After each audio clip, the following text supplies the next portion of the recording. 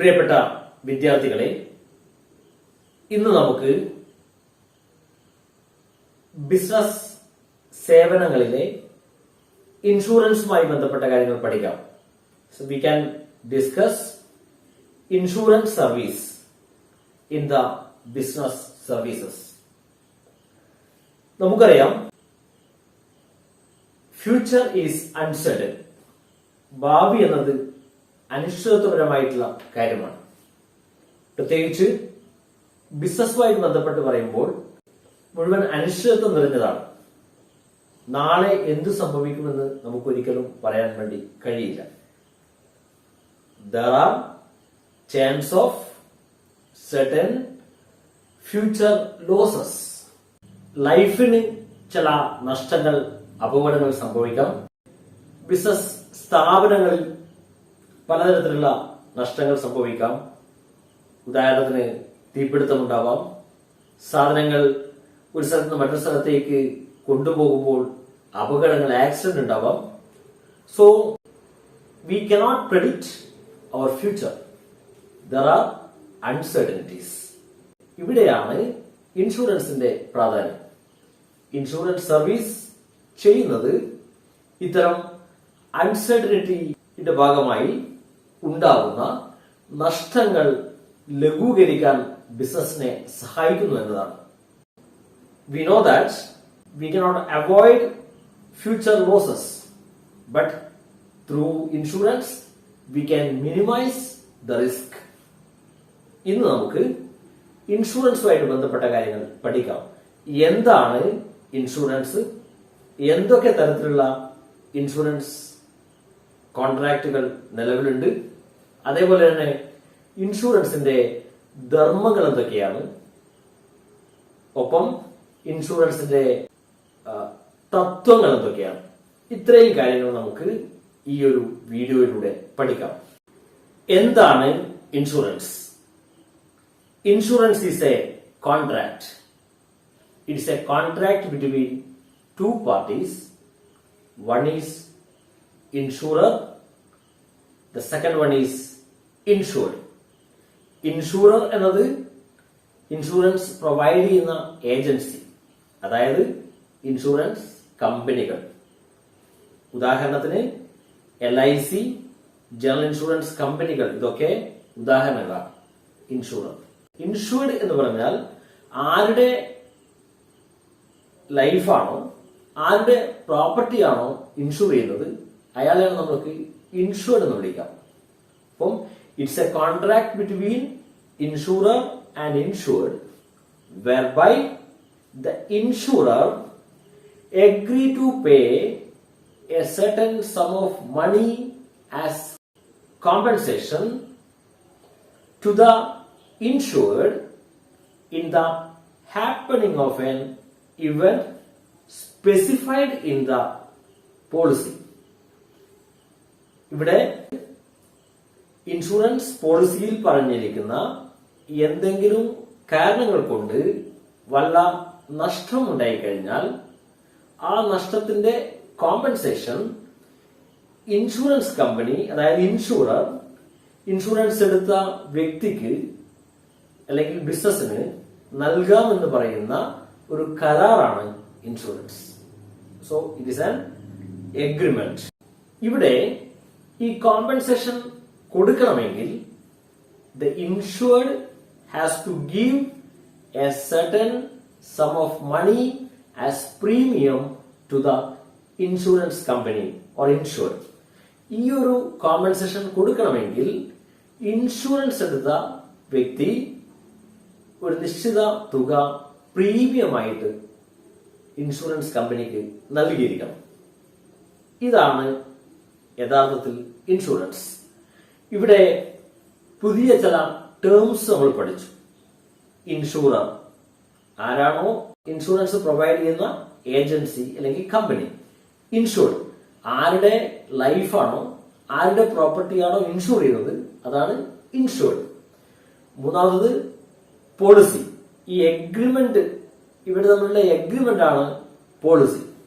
Premium, അതായത് ഈ ഒരു കോമ്പൻസേഷൻ കിട്ടുന്നതിന് വേണ്ടി ഇൻഷുർഡ് ഇൻഷുറൻസ് കമ്പനിയിൽ അടയ്ക്കേണ്ട നിശ്ചിത തുകയാണ് പ്രീമിയം. അതുപോലെ തന്നെ കോമ്പൻസേഷൻ എന്നാൽ നഷ്ടം സംഭവിച്ചാൽ അയാൾക്ക് കിട്ടുന്ന ലംസം എമൗണ്ട് ആണ് കോമ്പൻസേഷൻ. ഇതാണ് ഇൻഷുറൻസിന്റെ മീനിങ്. ഇനി നമുക്ക് നോക്കാം എന്താണ് ഇൻഷുറൻസിന്റെ ഫണ്ടമെന്റൽ പ്രിൻസിപ്പിൾ. ഇവിടെ യഥാർത്ഥത്തിൽ നടക്കുന്നത് ഒരേ നഷ്ട സാധ്യതയുള്ള വിവിധ ഇൻഷുറൻസ് എടുത്ത വ്യക്തികളിൽ നിന്നും കളക്ട് ചെയ്യുന്ന പ്രീമിയം എമൗണ്ട് നഷ്ടം വന്ന ഒരാൾക്ക് ഷെയർ ചെയ്ത് കൊടുക്കുന്ന പ്രോസസ്സാണ് നമുക്ക് കാണാൻ വേണ്ടി കഴിയുന്നത്. കാരണം ഇൻഷുറൻസ് എടുക്കുന്ന എല്ലാ വ്യക്തികൾക്കും നഷ്ടം സംഭവിക്കുന്നില്ല. അപ്പൊ അവിടെ നഷ്ടം സംഭവിച്ചവർക്കുള്ള കോമ്പൻസേഷൻ കൊടുക്കാൻ വേണ്ടി ഇൻഷുറൻസ് കമ്പനി ഉപയോഗിക്കുന്നത് മറ്റെല്ലാവരും അടച്ചിരിക്കുന്ന പ്രീമിയമാണ്. ഇവിടെ the loss is spread over a large number of policy holder exposed to the same risk. ഇതാണ് ഇൻഷുറൻസിന്റെ ഏറ്റവും ഫണ്ടമെന്റൽ ആയിട്ടുള്ള തത്വം. ഇൻഷുറൻസിന്റെ ഫങ്ഷൻസ്, ധർമ്മങ്ങൾ എന്തൊക്കെയാണെന്ന് നോക്കാം. ഇവിടെ ഇൻഷുറൻസ് പ്രൊവൈഡ് ചെയ്യുന്ന ഫങ്ഷൻസ് അല്ലെങ്കിൽ ധർമ്മങ്ങൾ എന്നത് ഒന്ന് പ്രൊവൈഡിങ് സെർട്ടനിറ്റിയാണ്, അതായത് ഉറപ്പ് നൽകൽ എന്നതാണ്. Insurance removes the uncertainty. നഷ്ടം സംഭവിച്ചാൽ പണം നൽകും എന്ന് ഉറപ്പ് നൽകുന്നു. So insurance provide certainty. ഇൻഷുറൻസിന്റെ രണ്ടാമത്തെ ധർമ്മം, ഫങ്ഷൻ എന്നത് പ്രൊട്ടക്ഷൻ ആണ്, സംരക്ഷണം. വ്യക്തികളുടെ, സ്ഥാപനങ്ങളുടെ പ്രോപ്പർട്ടിയിന്മേലുള്ള സംരക്ഷണം, പ്രൊട്ടക്ഷൻ പ്രൊവൈഡ് ചെയ്യുന്നതാണ് ഇൻഷുറൻസ് നൽകുന്ന രണ്ടാമത്തെ ധർമ്മം. Second important function of insurance is providing protection from possible losses. ഇൻഷുറൻസിന്റെ മൂന്നാമത്തെ ധർമ്മം എന്നത് റിസ്ക് ഷെയറിംഗ് ആണ്, അതായത് നഷ്ടം ഉണ്ടാവുന്നത് ഷെയർ ചെയ്യപ്പെടുന്നു. വിവിധ ആൾക്കാർ നൽകിയ പ്രീമിയം ഉപയോഗിച്ചുകൊണ്ടാണ് നഷ്ടം എന്നാളുടെ നഷ്ടം നികത്തുന്നത്. At the time of happening of an event, the risk is shared to all the persons exposed to the same risk. അവസാനമായിട്ട് പറയാൻ പറ്റുന്ന ഫംഗ്ഷൻ എന്നത് അസിസ്റ്റ് ഇൻ ക്യാപിറ്റൽ ഫോർമേഷൻ. മൂലധനം സമാഹരിക്കുന്നതിൽ ഇൻഷുറൻസ് സഹായിക്കുന്നു. ഇൻഷുറൻസ് പോലുള്ള കമ്പനികൾ കളക്ട് ചെയ്യുന്ന എമൗണ്ട് ഉപയോഗിച്ചുകൊണ്ട് വിവിധതരം ബിസിനസ്സിൽ അവർ ഏർപ്പെടുകയും അങ്ങനെ രാജ്യ പുരോഗതിക്ക് വേണ്ടി ഈ ഫണ്ട് ഉപയോഗിക്കുകയും ചെയ്യും. ഇതൊക്കെയാണ് ഇൻഷുറൻസ് പ്രൊവൈഡ് ചെയ്യുന്ന പ്രധാനപ്പെട്ട ഫങ്ഷൻസ്.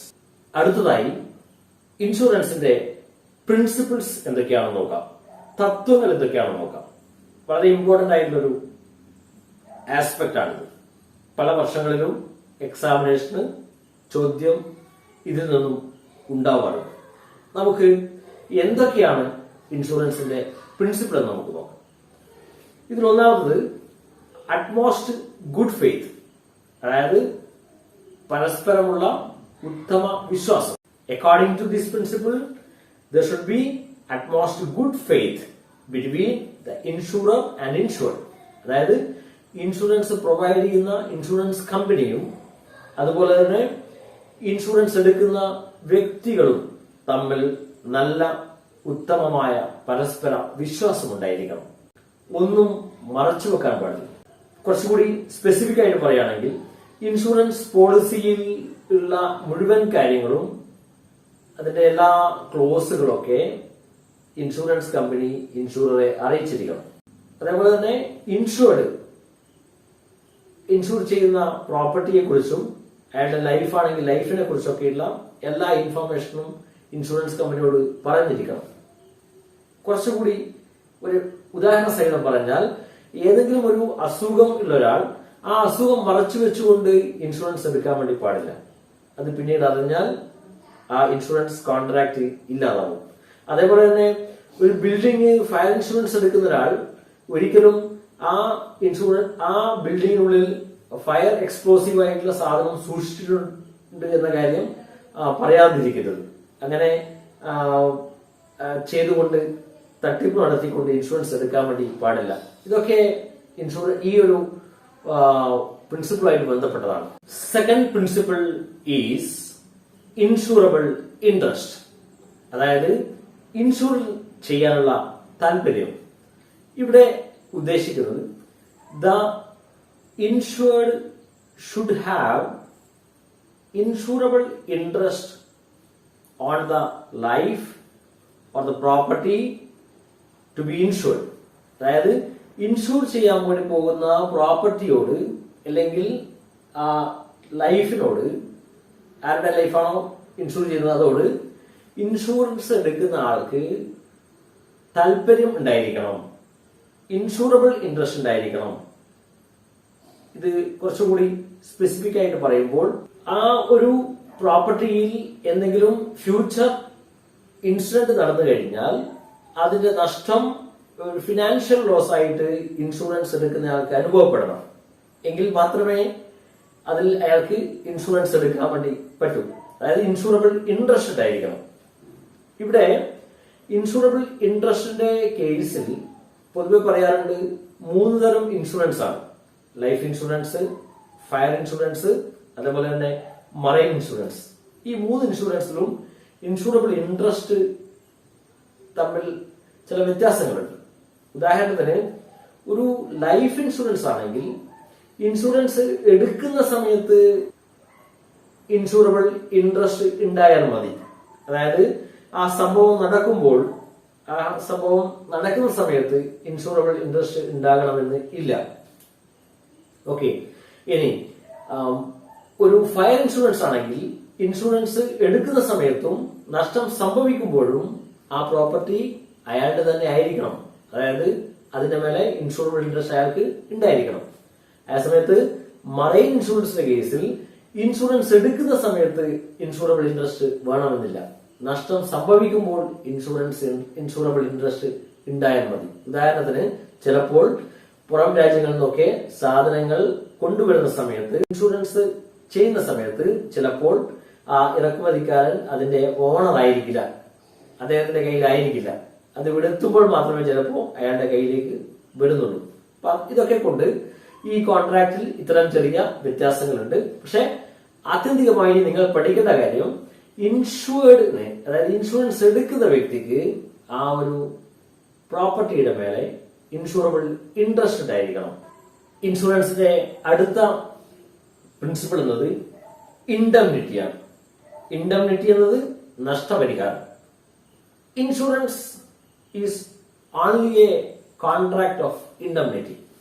ഇൻഷുറൻസ് എന്നത് ഒരു നഷ്ടപരിഹാരത്തിന്റെ കരാർ മാത്രമാണ്. The insured cannot make profit out of this contract. അതായത് ഇൻഷുറൻസ് എടുക്കുന്നയാൾക്ക് ഈ ഒരു കോൺട്രാക്റ്റിലൂടെ ലാഭം ഉണ്ടാക്കാൻ വേണ്ടി പറ്റില്ല. അതായത് അയാൾക്ക് എത്രയാണോ നഷ്ടം വന്നത് ആ നഷ്ടം വന്ന തുക മാത്രമേ ഇൻഷുറൻസ് കമ്പനി കൊടുക്കുകയുള്ളൂ. ഒരു ഉദാഹരണം പറഞ്ഞാൽ ഒരു 1 lakh rupeesന്റെ പ്രോപ്പർട്ടിയിൽ തീപിടുത്തമുണ്ടായി, അവിടെ ഒരു 50,000 രൂപയുടെ നഷ്ടമുണ്ടായി. അപ്പം ഇൻഷുറൻസ് കമ്പനി ഒരിക്കലും 1 lakh rupees കൊടുക്കില്ല. ഇൻഷുറൻസ് കമ്പനി ഒരിക്കലും 60,000 rupees കൊടുക്കില്ല. ഇൻഷുറൻസ് കമ്പനി ആക്ച്വൽ ആയിട്ടുള്ള നഷ്ടം 50,000 മാത്രമേ കൊടുക്കൂ. കാരണം insured cannot make A profit out of this contract.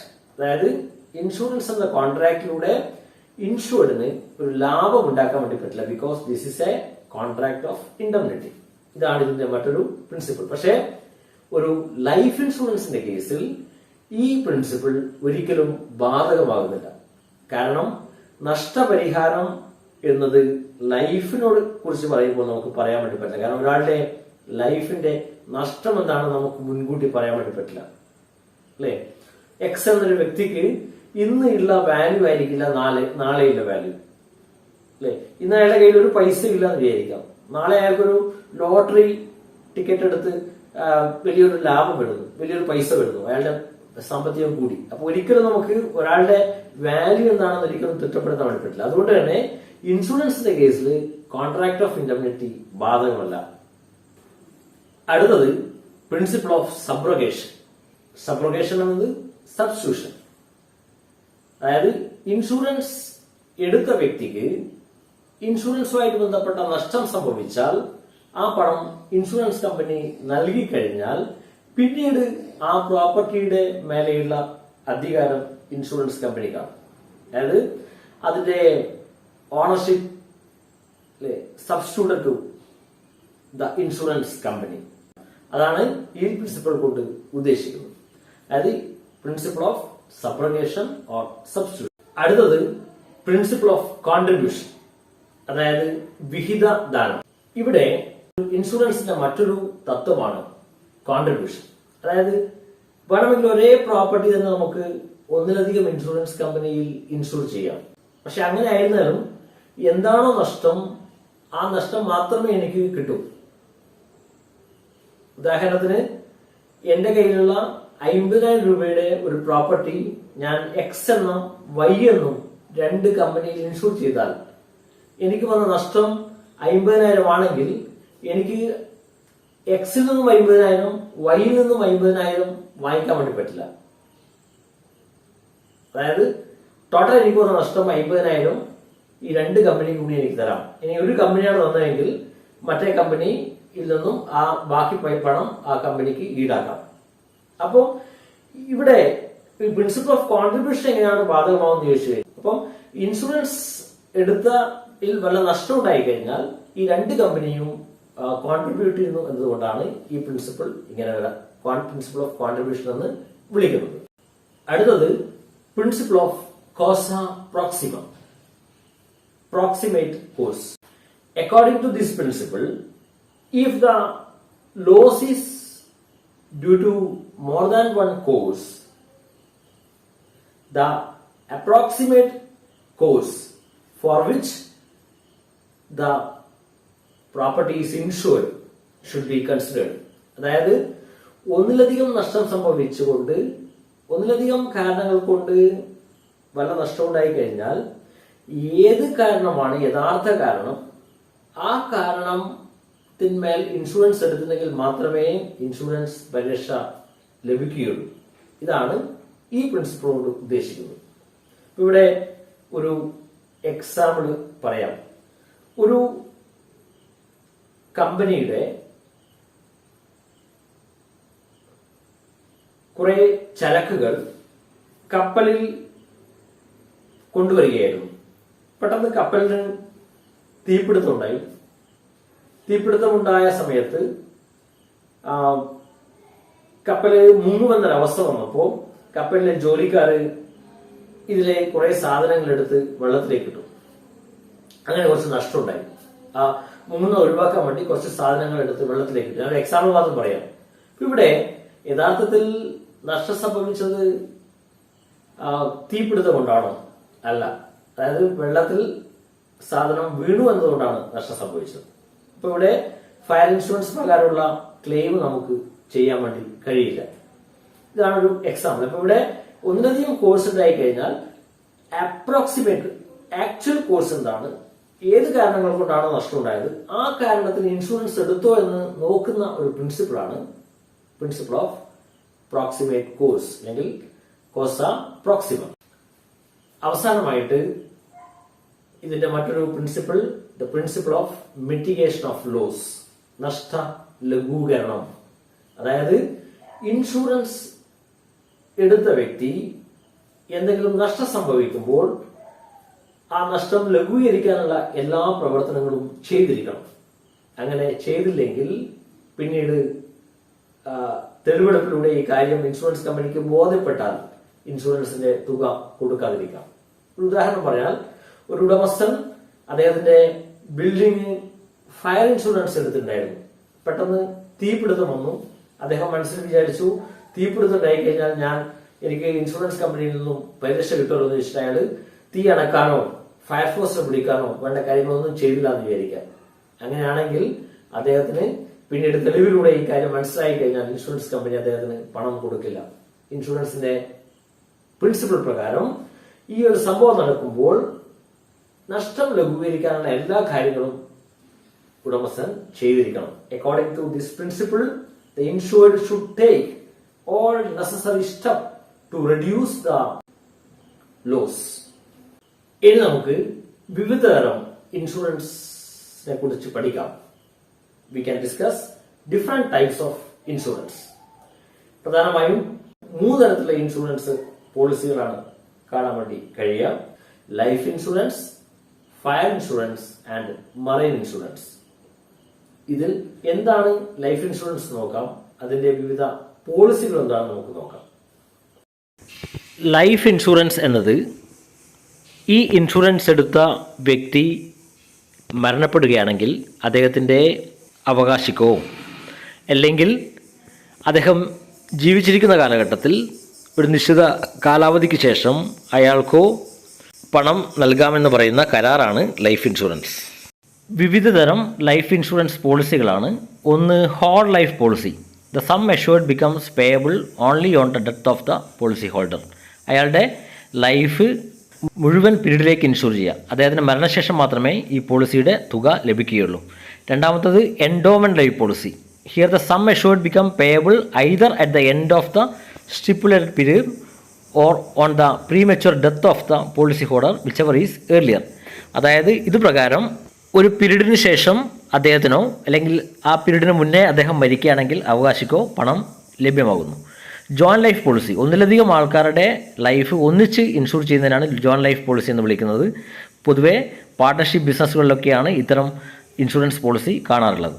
Annuity policy. Under this assured some is payable after A specific period in periodic monthly, quarterly, half yearly, yearly.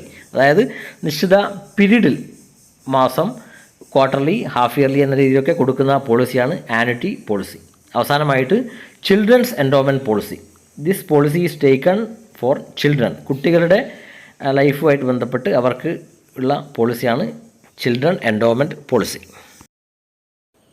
ഇനി നമുക്ക് എന്താണ് fire insurance എന്നും അതിന്റെ വിവിധ പോളിസികളും എന്തൊക്കെയാണെന്ന് നമുക്ക് നോക്കാം. ലൈഫ് ഇൻഷുറൻസ് കൂടാതെ മറ്റൊരു ഇൻഷുറൻസ് ജനറൽ ഇൻഷുറൻസ് ആണ്. ജനറൽ ഇൻഷുറൻസിൻ്റെ ഒരു ഭാഗമാണ് ഫയർ ഇൻഷുറൻസ്. ഇതുപ്രകാരം ഒരു പ്രോപ്പർട്ടിയിൽ വല്ല ഫയർ അല്ലെങ്കിൽ തീപിടുത്തം ഉണ്ടാവുകയോ അതിൻ്റെ ഭാഗമായി വല്ല നഷ്ടം സംഭവിക്കുകയാണെങ്കിൽ പോളിസി ഹോൾഡർക്ക് നിശ്ചിത തുക നഷ്ടപരിഹാരമായിട്ട് കിട്ടുന്നു. ഇവിടെ 2 കണ്ടീഷൻ പറയുന്നുണ്ട്. There should be fire, that must be on accidental. ഒരു തീപിടുത്തം ഉണ്ടായിരിക്കണം. ആ തീപിടുത്തം യാദൃശ്ചികമായിട്ട് ഉണ്ടായതാണ്, അതായത് കരുതിക്കൂട്ടി ഉണ്ടാക്കിയതായിരിക്കരുത്. അതേപോലെ തന്നെ ഇതും ഒരു contract of utmost good faith ആണ്, ഇൻഡംനിറ്റി ആണ്, കോമ്പൻസേഷൻ മാത്രമേ കൊടുക്കൂ. ഇത്തരം കാര്യങ്ങളൊക്കെ കാണാം. അതേപോലെ തന്നെ ഇതിൻ്റെ ഡിഫറെൻറ്റ് പോളിസി എന്ന് പറയുന്നത് valued policy, specific policy and average policy. ഇനി നമുക്ക് എന്താണ് മറൈൻ ഇൻഷുറൻസ് എന്നും അതിൻ്റെ വിവിധ പോളിസികൾ എന്തൊക്കെയാണെന്ന് നമുക്ക് നോക്കാം. ഒരു രാജ്യത്ത് നിന്ന് മറ്റു രാജ്യത്തേക്ക് സാധനങ്ങൾ കയറ്റുമതി ഇറക്കുമതി ചെയ്യുമ്പോൾ ആവശ്യമുള്ള ഇൻഷുറൻസ് ആണ് മറൈൻ ഇൻഷുറൻസ്. ഇതിൽ കാർഗോ ഇൻഷുറൻസ് കാണാം, ഹൾ ഇൻഷുറൻസ്, ഫ്രൈറ്റ് ഇൻഷുറൻസ് മുതലായവ കാണാൻ വേണ്ടി കഴിയും.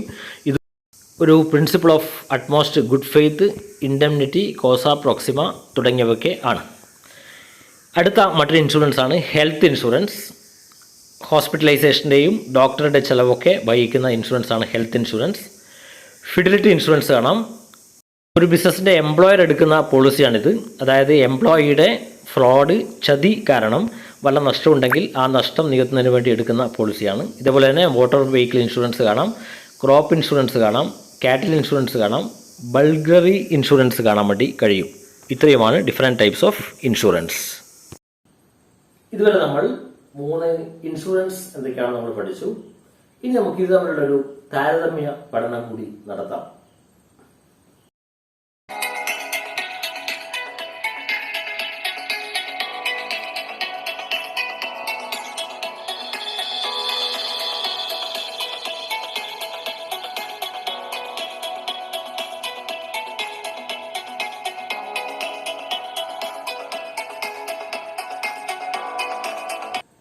ഇത്രയും കാര്യങ്ങളാണ് ഇൻഷുറൻസ് നമ്മൾ പഠിക്കാനുള്ളത്. Thank you.